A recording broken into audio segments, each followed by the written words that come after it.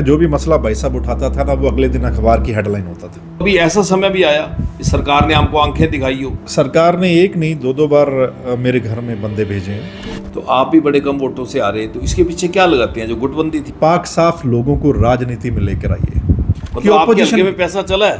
पैसा तो सर मेरे हल्के में जितना चला है शायद उतना हरियाणा में नहीं चला होगा। और कई माओ ने तो इस बात के आरोप लगाए। विधानसभा के चुनाव में इंग्लिश दारू, यानी वोटर को खरीदने के लिए ये सब किया गया। आज के पॉडकास्ट में मेरे साथ हरियाणा के वरिष्ठ पत्रकार सर्वमित्र कंबोज। सर्वमित्र जी सिरसा से ही हैं। सब जानते हैं कि हाल ही में उन्होंने रानिया से कांग्रेस पार्टी से चुनाव लड़ा था विधानसभा का। लेकिन आज हम उनके निजी जीवन पर जाएंगे, उनसे पूछेंगे कहाँ आपकी स्कूलिंग हुई, कैसा बचपन था आपका? भाई साहब, गांव मौजदीन, जन्म भी वहाँ पर हुआ है और स्कूलिंग 10th तक स्कूलिंग मेरी गांव से ही रही है। उसके बाद सिरसा नेशनल कॉलेज से ग्रेजुएशन रही है और उसके बाद मास्टर डिग्री कुरुक्षेत्र यूनिवर्सिटी से रही है। ये मेरा एजुकेशन रहा है। डबल मास्टर किया मैंने, एक मास कम्युनिकेशन में और एक हिस्ट्री में। जी। आप हिस्ट्री के भी स्टूडेंट रहे हैं, मास कॉम के भी स्टूडेंट रहे हैं जी। तो शुरू से आपके मन में पत्रकारिता थी कि पत्रकार बनना है? नहीं, शुरू से नहीं थी। एक्चुअली जब पढ़ते थे, जब ग्रेजुएशन कर रहे थे उस समय न्यूज़ चैनल देखते थे। मुझे शौक था न्यूज़ चैनल देखने का, बाकी की थोड़ा और था, लेकिन मैं न्यूज़ चैनल देखता था जी। और मैं बड़े ध्यान से सुनता था उनको कि मतलब एक तो पॉलिटिक्स में इंटरेस्ट था नेचुरली, कि कोई भी देश से या प्रदेश से कोई भी खबर है तो मैं बड़े ध्यान से सुनता था। और फिर मैं देखता था कि पत्रकारिता कैसी है या एंकर कैसे ये बोलते हैं, तो वहाँ से थोड़ा सा इंटरेस्ट हुआ कि मैं ये कर सकता हूँ, मतलब आई कैन डू, कोई ज़्यादा मुश्किल नहीं है। और फील्ड भी मेरे को इंटरेस्टिंग लगा, तो इसलिए फिर सोचा कि चलो इस फील्ड में जाते हैं। तो इस फील्ड की कहाँ से शुरुआत हुई और कहाँ तक पहुँचे? बस मास कम्युनिकेशन, पता चला कि पत्रकार बनने के लिए क्या होना चाहिए, तो पता चला कि मास कम्युनिकेशन होता है, कोर्स होता है मास कम्युनिकेशन। तो उस तरफ ध्यान दिया कि मास कम्युनिकेशन अब करते हैं, तो कुरुक्षेत्र यूनिवर्सिटी का रुख किया हमने कि मास कम कर लेते हैं। तो उस दौरान आपको पता है कि जब मास कम्युनिकेशन कर रहे थे तो उस दौरान सिरसा में पत्रकारिता भी की, आपके साथ भी मैंने पत्रकारिता की, क्योंकि फील्ड का नॉलेज होना बड़ा ज़रूरी है। मुझे ऐसा लगता है कि जब आप पत्रकारिता के क्षेत्र में जा रहे हैं तो आपको फील्ड की नॉलेज होना बड़ी ज़रूरी है। एक तो आप पढ़ाई कर रहे हैं वो अलग बात है, लेकिन अगर आप फील्ड में जा रहे हैं तो आपको ज़्यादा नॉलेज फील्ड से मिलेगी। थ्योरी के साथ प्रैक्टिकल। हाँ, प्रैक्टिकल बहुत ज़रूरी है किसी भी चीज़ के लिए। तो प्रैक्टिकल भी मैं कर रहा था और थ्योरी भी कर रहा था। तो मास कम्युनिकेशन करते ही ब्रेक मिला और फिर बस मीडिया में आगे सर। तो किस किस चैनल में काम करने का मौका मिला? सबसे पहले शुरुआत हुई थी दिल्ली से। 2010 में हरियाणा न्यूज़ हुआ करता था। हरियाणा का उस समय का टॉप का चैनल हुआ करता था हरियाणा न्यूज़। वहाँ तकरीबन 2-2.5 साल वहाँ रहे। उसके बाद आपको पता है कि हरियाणा का बड़ा मशहूर चैनल एक आया था A1 तहलका, तो वो चंडीगढ़ में था, चंडीगढ़ बेस था। तो दिल्ली से थोड़ा ऐसा लगता था कि दिल्ली से निकल के थोड़ा सा चंडीगढ़ की तरफ चलते हैं जी। क्योंकि दिल्ली में पॉल्यूशन आपको पता है बहुत ज़्यादा है और कंजस्टेड है। तो उस समय ब्रेक मिला कि चलो तहलका चलते हैं। हमारे कुछ साथी भी थे तो सभी हमने इकट्ठे ही स्विच किया था और फिर चंडीगढ़ बेस्ड जो चैनल था A1 तहलका, तो वो ज्वाइन किया। वहाँ पर भी बड़ा अच्छा मौका मिला काम करने का और हरियाणा को बड़े अच्छे तरीके से देखा, बहुत अच्छे प्रोग्राम्स किए, यानी मौका अच्छा मिला और पत्रकारिता में और ज़्यादा सीखने का उस समय मैंने सीखा वहाँ पे। तो अपना चैनल कब शुरू किया? ये बात है 2019 की, जब मैंने अपना द मसला चैनल शुरू किया था। और शुरू करने के पीछे रीज़न जो था वो ये था कि उस समय एक्चुअली मैं एक चैनल को हेड भी कर रहा था, तो चैनल को हेड भी करता था और साथ में प्रोग्राम्स भी करता था, जैसे डिबेट शो है, इंटरव्यूज़ हैं। लेकिन उस बीच मुझे लगा कि अब पत्रकारिता करना, खासकर रीजनल चैनल में या नेशनल चैनल में, वो इतना आसान नहीं है। प्रेशर था उन चैनल्स के ऊपर कि सरकार के फेवर में आप चलाओ जो कुछ चलाना है, मतलब सरकार से सवाल नहीं करना है, किसी मंत्री से सवाल नहीं करना है, कोई मुख्यमंत्री से सवाल नहीं करना है। तो वो चीज़ हमारी नेचर में थी नहीं भाई साहब। पत्रकारिता अगर करनी है तो फिर वो करनी है, वो डंके की चोट पे करनी है। तो उस समय फिर मेन स्ट्रीम मीडिया को छोड़ दिया था। तो उस समय मन में सवाल आया फिर क्या करें। तो घर वालों से भी ये डिस्कशन किया कि फिर करें क्या, अब चैनल में जॉब करना इतना आसान नहीं है तो करें क्या। तो फिर आया कि चलो एक अपना वेब चैनल, यानी सोशल मीडिया का ज़माना भी उस समय हो गया था थोड़ा थोड़ा शुरू। तो मैंने कहा चलो अपना शुरू करते हैं। तो उस समय फिर दा मसला चैनल की शुरुआत हुई थी भाई साहब। तो इस चैनल में कोई दिक्कतें आई आपको? बहुत दिक्कतें शुरुआत में। आपको पता है कि शुरुआत में आपको जेब से पैसा लगाना, पैसा आएगी नहीं, उसके लिए बहुत समय चाहिए। तो अब जेब से पैसा लगाना है तो हमने हमारा कोई स्टूडियो भी नहीं होता था। तो कोई स्टूडियो नहीं, मैं पार्क में खड़ा होकर वीडियो बना देता था। कहीं पे भी पार्क में खड़ा हो गया, रोड के ऊपर खड़ा हो गया, प्रेस क्लब में जाके खड़े हो गए, वहाँ जाके वीडियो बनाई और वो डाल दी। मतलब काफ़ी समय, तो मेरे को लगता है कि 5-6 महीने मैंने ऐसे काम किया बिना स्टूडियो के। बस वहाँ बना देते थे, उसको एडिट करके डाल देते थे। तो ये रहा। उसके बाद एक जाकर ऑफिस मैंने, वो भी शेयरिंग में ऑफिस लिया मैंने किसी के यहाँ पर, कि चलो बैठने का थोड़ा सा ठिकाना, थोड़ा और अच्छा काम करे। उसके बाद ये हुआ। सौरमित्र जी, आपने अपना चैनल शुरू किया और ठोक कर पत्रकारिता की, खासकर सरकार के प्रति। आप सरकार की जो नीतियां हैं उनमें जो कमियां होती थी उजागर करते थे। तो कभी ऐसा समय भी आया सरकार ने आपको आंखें दिखाई हो या खरीदने की कोशिश की हो? बिल्कुल आया। सरकार ने एक नहीं, 2-2 बार मेरे घर में बंदे भेजे हैं और बड़े अच्छे वो बंदे थे सरकार के। तो वो यही कहते थे कि कोई और बोलता नहीं है, मतलब आप बोलते हो, तो आप क्यों बोलते हो, आप मत बोलो ऐसा। आपकी मीटिंग करवा देते हैं सीएम से, कुछ और है, कोई डिमांड है तो वो भी हो जाएगी, तो आप प्लीज़ ऐसा मत करो। तो मेरा यही होता था कि भाई इस फील्ड में आया हूँ, तो इस फील्ड में ये काम नहीं करने आया मैं। पत्रकारिता का मतलब जो पत्रकारिता होनी चाहिए वो मैं करूँगा। मेरा काम है लोगों के मसले उठाना। जी, ठीक है, कि लोगों के मसले मैं उठाता रहूँ। तभी नाम रखा था मसला। हाँ, तभी मैंने वो रिसर्च किया। दा मसला नाम रखने के लिए बड़ा रिसर्च किया। मैंने पूरा एक लिस्ट बनाई कि चैनल का नाम क्या होना चाहिए पूरा। तो फिर जाके एक मसला वो दिमाग में अटक गया कि लोगों के मसले उठाने हैं, तो फिर नाम भी मसला ही रख देता। तो फिर चैनल का नाम दा मसला रख दिया भाई साहब। तो वो सरकार के आदमी जो आपको खरीदने आए, आपकी मीटिंग फिक्स करवाने आए, आप उनके दबाव में नहीं झुके, तो फिर वो कभी ना कभी कोई धमकी वाला स्टाइल भी आया या आपके चैनल को डाउन करने की कोशिश की गई? धमकी तो मुझे डायरेक्ट कभी नहीं आई, सरकार की तरफ से मुझे कोई डायरेक्ट धमकी नहीं आई। हाँ, मेरे चैनल को परेशान जरूर किया गया, मेरे चैनल को परेशान किया गया है, या कुछ कमेंट्स ऐसे किए गए हैं कि जैसे वो लोग सरकार के हों, इस तरीके के कुछ कमेंट्स किए गए, चैनल को डाउन किया गया। आप देखिए पिछले 3 साल से, 3-3.5 साल अब हो गए, मेरे चैनल को बिल्कुल एक तरीके से ख़त्म कर दिया गया कि मतलब ये बंदा उठे ही ना। तो काफ़ी चीज़ें, परेशानी आपको आएंगी भाई साहब जब आप पत्रकारिता करेंगे, और जब लोगों के मसले और सरकार को उसका जवाब देना पड़ेगा खासकर, तो दिक्कतें तो आएंगी। लेकिन उन सबको हमने टैकल किया है कि कोई बात नहीं, ये तो आता ही रहेगा, सिस्टम, ज़िंदगी है, ऐसे चलना है। उसको हमने अच्छे तरीके से एक्सेप्ट किया, टैकल किया, डरे नहीं, थमे नहीं और ना ही झुके। डंके की चोट पे पत्रकारिता की है जब तक की है, और लोगों ने बड़ा प्यार भी दिया उस बात को लेकर। लोग इतना प्यार है भाई साहब, मैं आपको कहूँ कि कई बार बुज़ुर्ग ऐसा फ़ोन करते हैं, बेचारे रो देते हैं कि बेटा सिर्फ आपने मसला उठाया तो हमारा काम हो गया। मैंने पता नहीं कितने, मेरे प्रोग्राम्स की वजह से पता नहीं कितने ही बुज़ुर्गों की पेंशन दोबारा लग गई जो कट गई। हाँ, जो इन्होंने एक ये पीपीपी बना रखा है, लोगों को इन्होंने बना दिया, लेकिन वो परेशान करने वाला ही फंडा भाई साहब। इतने बुज़ुर्गों की पेंशन काट दी, इतने लोगों को और कुछ मतलब जो सुविधा मिल रही थी वो कट गई। तो वो बेचारे थक हार के मुझे करते थे फ़ोन कि भाई साहब ये हो गया है तो क्या करें। तो मैं उनको बताता था कि भाई साहब आप पहले तो ये कीजिए कि इस फलां दफ्तर में जाइए, आप बात कीजिए या मेरी बात करवा दीजिए। अगर फिर भी नहीं होता तो आप मुझे बताइए, वीडियो बनाकर भेजिए मुझे, अपना फैक्ट दिखाइए और वीडियो में, फिर मैं उसको उठा देता था। तो उन बेचारों का काम हो जाता था। किसानों का बहुत सारे मसले जो थे वो उनके मसले उठाए, उनके वो सब ठीक हो गया। तो मतलब बड़ी दुआएं मिली हैं पूरे हरियाणा से, बड़ा प्यार मिला है, और मेरे को लगता है वो सबसे बड़ी कमाई मेरे लिए रही है।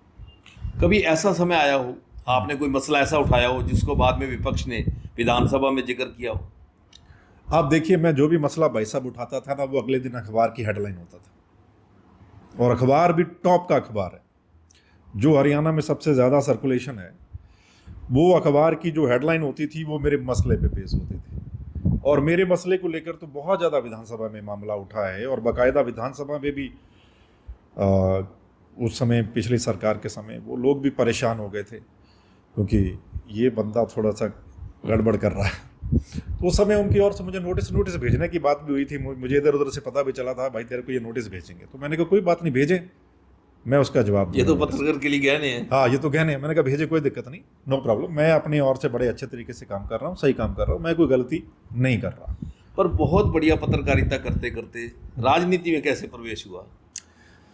हम मसले भाई साहब उठा रहे थे, इतने मसले हमने उठाते हैं, मैंने फील्ड में काम किया बहुत सारे, लेकिन कई बार लगता है कि लोग इतने सालों से भाई साहब धक्के खा रहे हैं ना, उनके काम नहीं होते। जो बड़े लोग हैं उनके काम हो जाते हैं, लेकिन कई बेचारे ऐसे लोग हैं जो गरीब तबके के लोग हैं, मध्यम वर्ग के, वो धक्के खाते रहते हैं। वो इतने ऑफिसों के चक्कर काट लेते हैं, लेकिन फिर भी काम नहीं होता। कई बार बड़ा मन दुखी होता है कि यार ये चल क्या रहा है। हम मसला कई बार उठाते, नहीं बात बनती, ठीक है। अब मीडिया जैसा नहीं, या तो मीडिया सारा मिल के चले और सही तरीके से पत्रकारिता हो, तो मुझे लगता है सिस्टम ठीक हो जाएगा।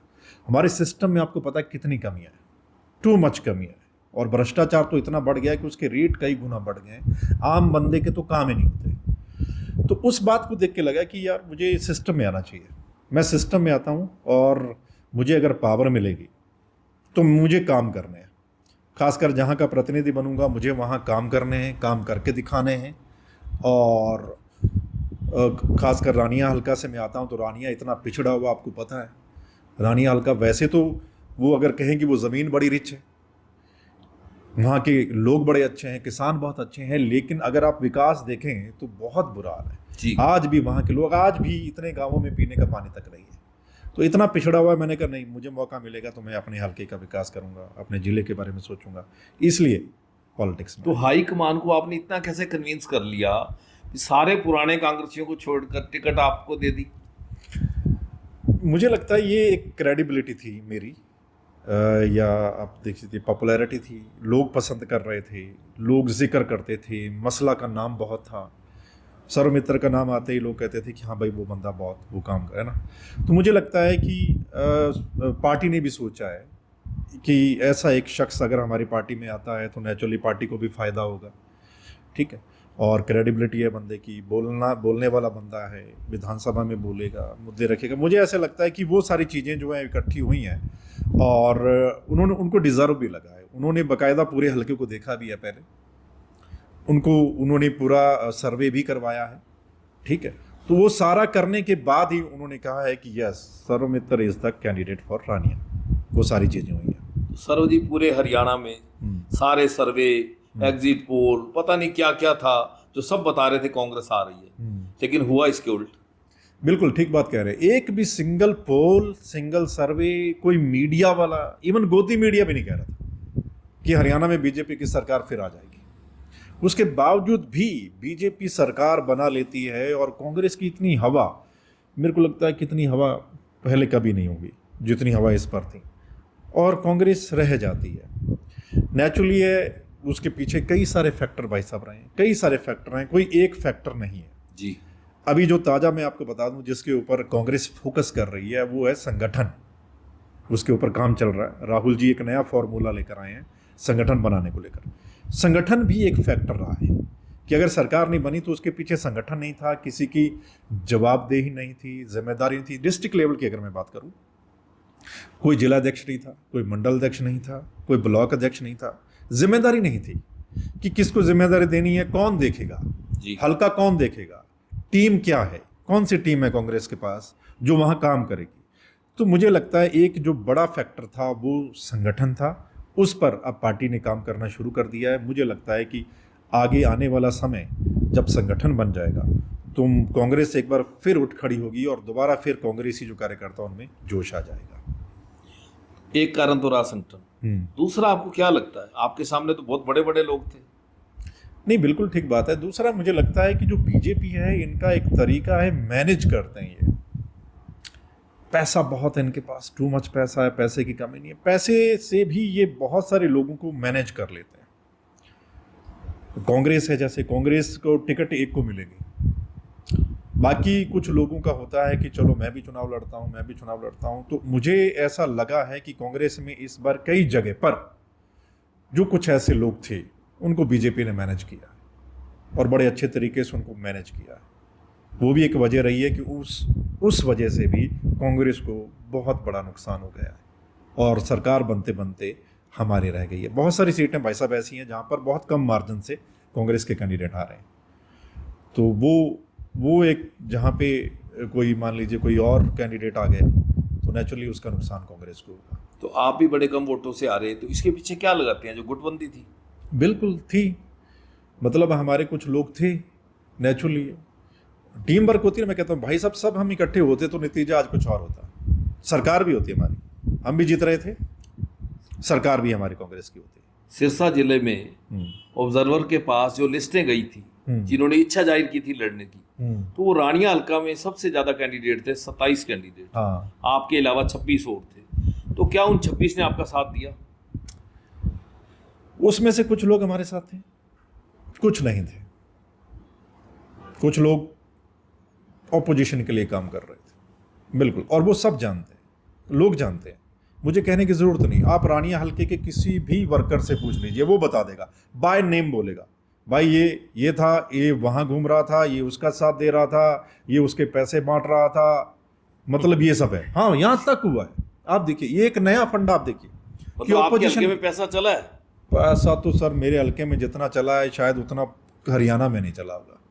बोरियां खोली गई हैं, बोरियां, कि ये लो। मैं अब गांव में जा रहा हूं ना, तो जिस गांव में जाता हूं वो कोई कहता है मेरे हल्के में 10 लाख आया था, कोई 15, कोई 20 लाख भी कहता है कि इतना पैसा आया था। एक एक गांव में, एक गांव में इतना पैसा जाएगा, तो आपको लगता है कि वो ठीक चुनाव होगा, वो निष्पक्ष चुनाव होगा? यानी वोटर को खरीदने के लिए ये सब किया गया।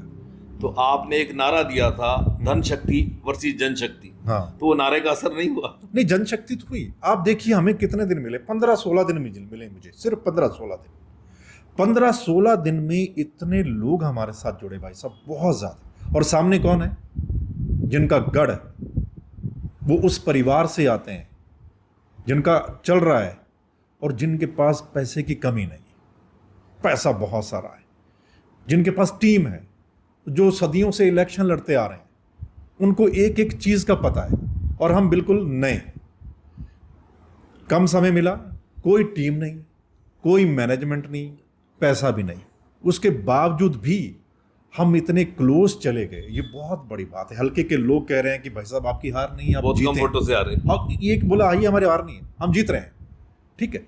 तो बहुत प्यार मिला है, मैं तो बहुत धन्यवाद करता हूं। और आपने देखा भी होगा, मैं तो लोगों के बीच में धन्यवाद करने भी गया, ठीक है, अभी भी जा रहा हूं, सुख दुख में जा रहा हूं, कि बड़ा प्यार मिला है, बहुत सपोर्ट मिला है, बहुत कोऑपरेशन मिला है।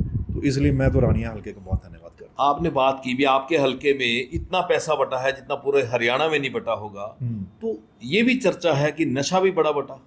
नशा तो आप लोगों से जाके पूछो, जो सत्ता में थे, जो मंत्री थे, उनके बंदे ये काम करते हैं, तो नशा खत्म कैसे हो सकता है? नशा खत्म नहीं हो सकता। वो सिर्फ बातें करते हैं कि हमें मौका दो।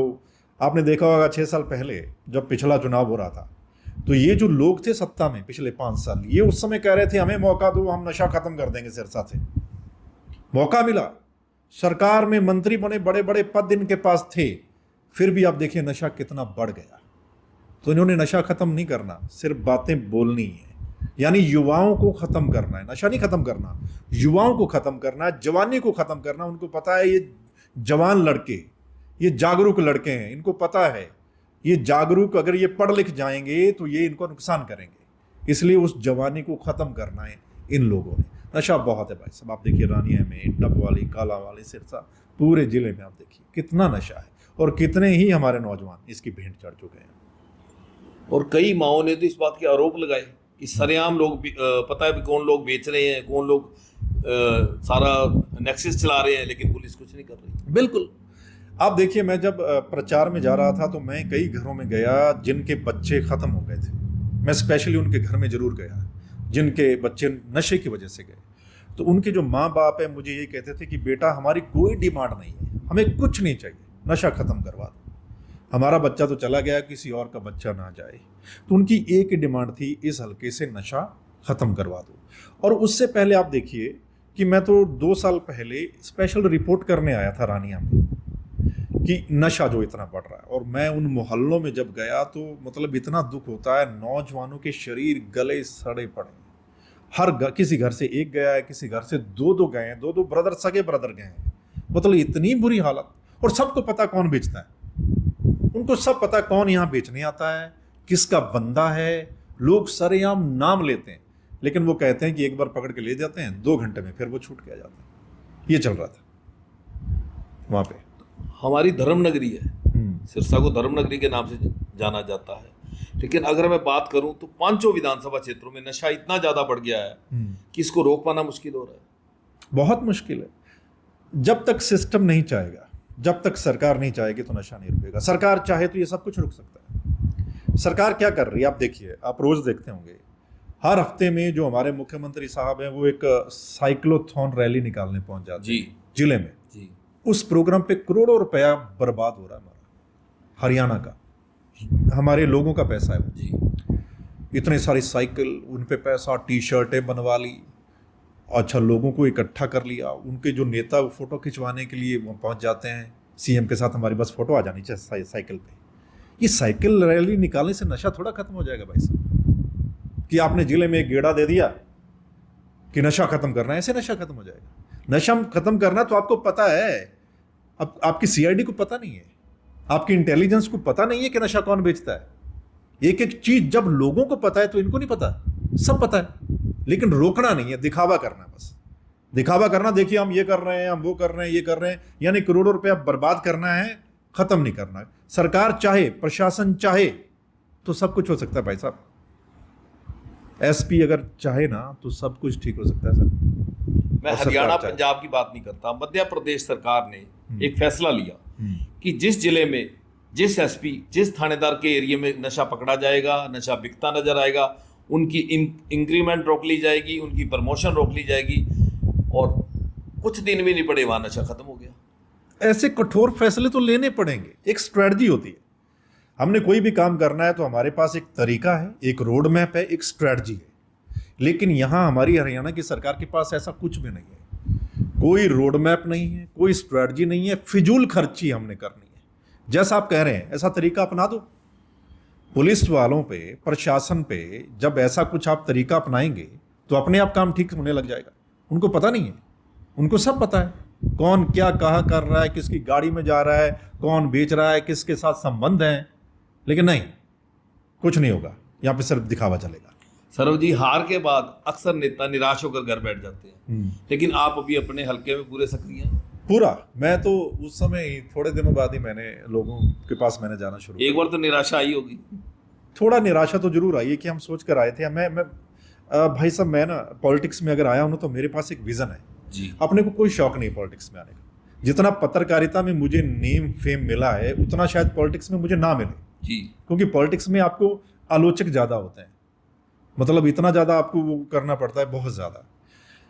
मुझे कोई शौक नहीं पॉलिटिक्स का, मुझे, मेरा विज़न है कि मुझे काम करना है बस। जब मौका मिल गया तो मैं अपने हलके को सुधार दूंगा।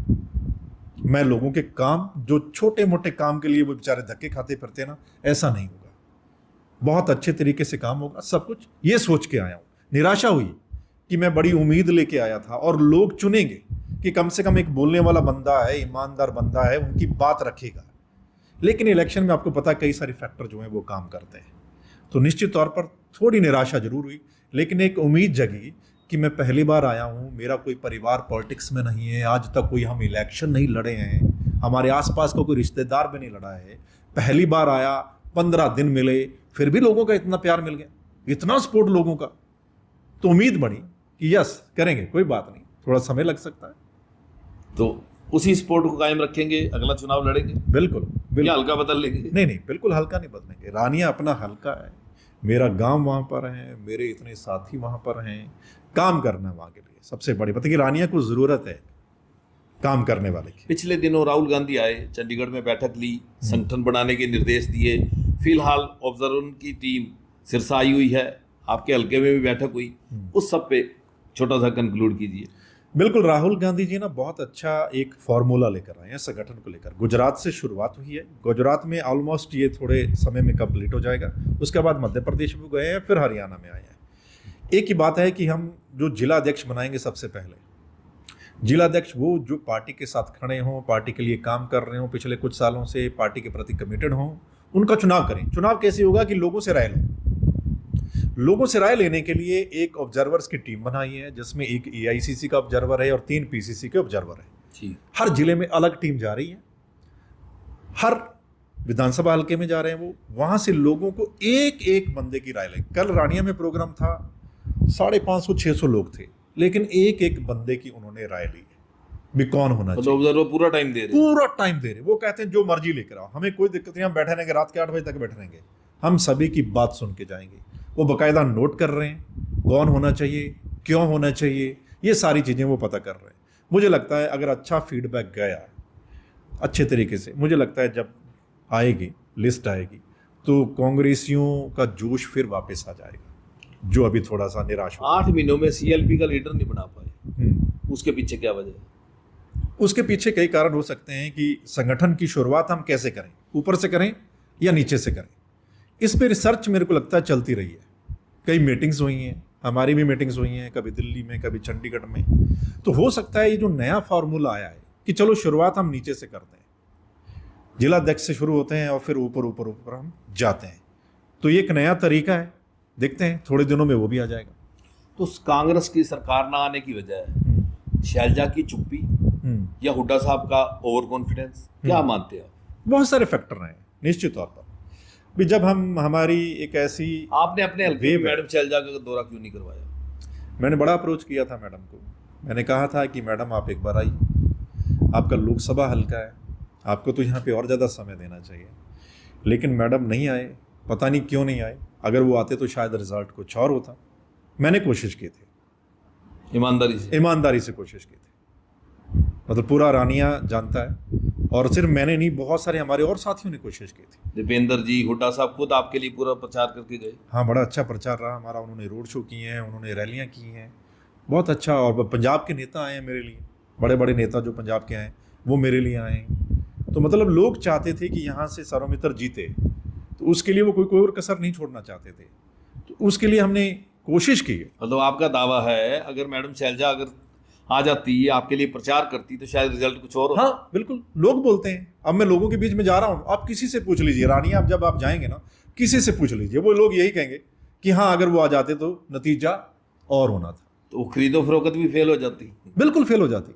आप देखिए उन लोगों ने करोड़ों रुपया खर्च किया है, हमने कुछ भी नहीं किया भाई साहब। कोई पैसा नहीं, कोई दारू नहीं, उन्होंने सब कुछ किया है, दारू भी। और मैं तो सुनता हूं लोगों से, लोग कहते हैं कि इंग्लिश दारू गई है गांव में, विधानसभा के चुनाव में इंग्लिश दारू।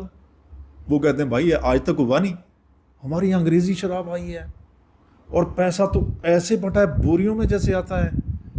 तो मतलब मैं कहता हूं उन्होंने, मतलब गढ़ होने के बावजूद भी, 5 साल सत्ता में रहने के बावजूद भी अगर उनको पैसा बांटना पड़ रहा है, तो मैं मानता हूं ऐसे बंदे को राजनीति छोड़ देनी चाहिए। कि जो 5 साल मंत्री रहने के बावजूद भी, सत्ता में रहने के बावजूद भी, या जिनका गढ़ है, अगर उनको पैसा बांटना पड़ रहा है, तो मेरे को लगता है उनको पता चल जाना चाहिए कि अब वो किस लेवल पे है। उनको राजनीति नहीं छोड़ देनी चाहिए, मुझे ऐसा लगता है। अंतिम दिनों में तो उन्होंने ये भी कहना शुरू कर दिया था भी हुड्डा साहब भी मेरे मित्र है। प्रोपेगेंडा बहुत चलाया गया था, बहुत प्रोपेगेंडा चलाया गया था। और जो प्रोपेगेंडा चलाने वाले हैं ना, आप उनको सुनना, हर रोज बयान चेंज होते हैं उनके, और लोग कहते हैं पलटी मार है, मतलब हर रोज बयान, कभी क्या, कभी ये, कभी वो, कभी ये। मतलब लोगों को पता चल गया भाई कि क्या तो उनको तो लगा था कि बीजेपी ने मेरी टिकट काट दी, शायद मैं आजाद जीत जाऊं, विजय से पहले जीत गया था। बीजेपी ने उनको मंत्री बना के रखा। आप देखिए, बीजेपी ने उनको कितने 8 इंडिपेंडेंट थे ना, सिर्फ उनको मंत्री बनाया था जी।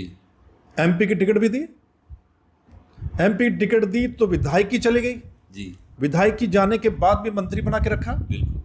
सब सुविधाएं दी, गाड़ी घोड़ा सब कुछ, हर चीज मिली हुई थी, फिर भी टिकट ना मिलना, उसके पीछे क्या हो सकता है आप देखिए। क्यों नहीं मिली?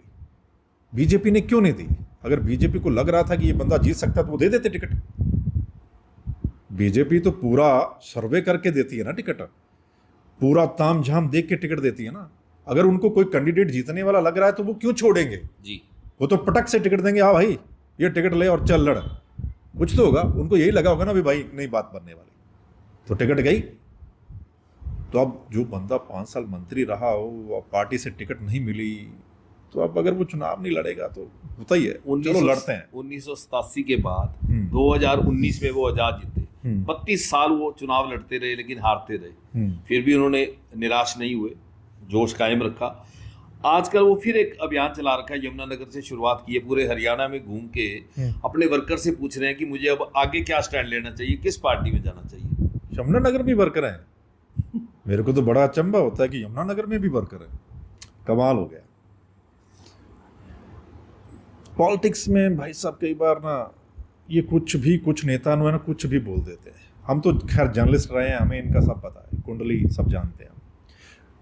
कुछ लोग जो होते हैं ना इनकी बातों में आ जाते हैं, कुछ लोग कि भाई साहब ये बोल रहे हैं, भाई कुछ ना कुछ तो होगा, ये होगा वो होगा।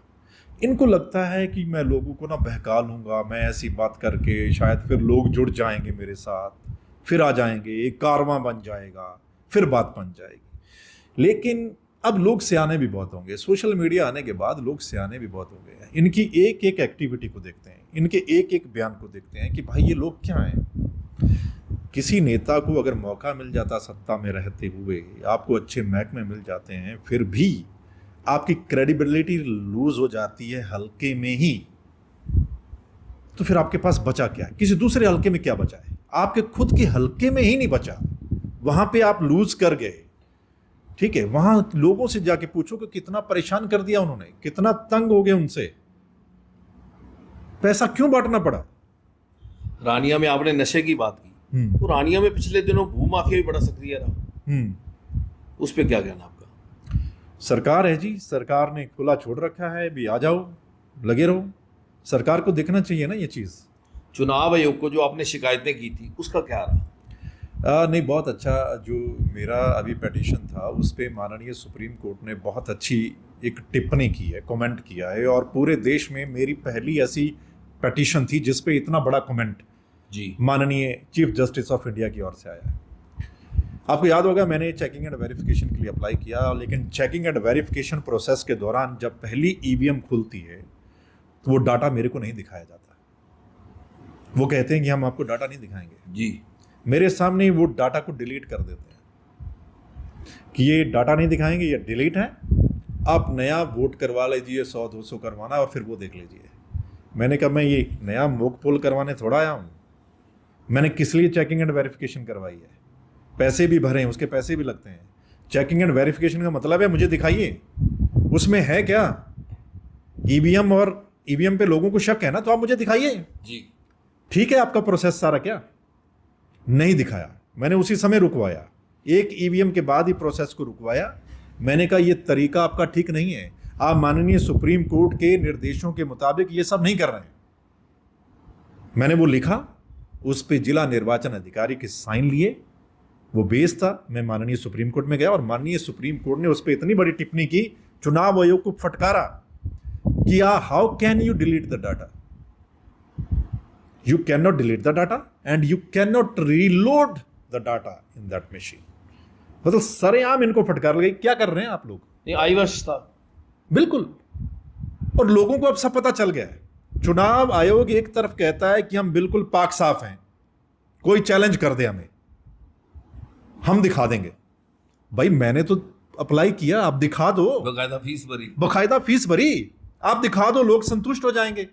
इनके पास तो अच्छा मौका था, ये देखो जी सारा कुछ पाक साफ है, कुछ गड़बड़ी नहीं है, सब ठीक है, लोग मान जाते। लेकिन अब लोगों को पक्का यकीन है, शक है कि कुछ ना कुछ गड़बड़ी है, दिखाते नहीं। तो अगर ये पाक साफ होते तो दिखा देते।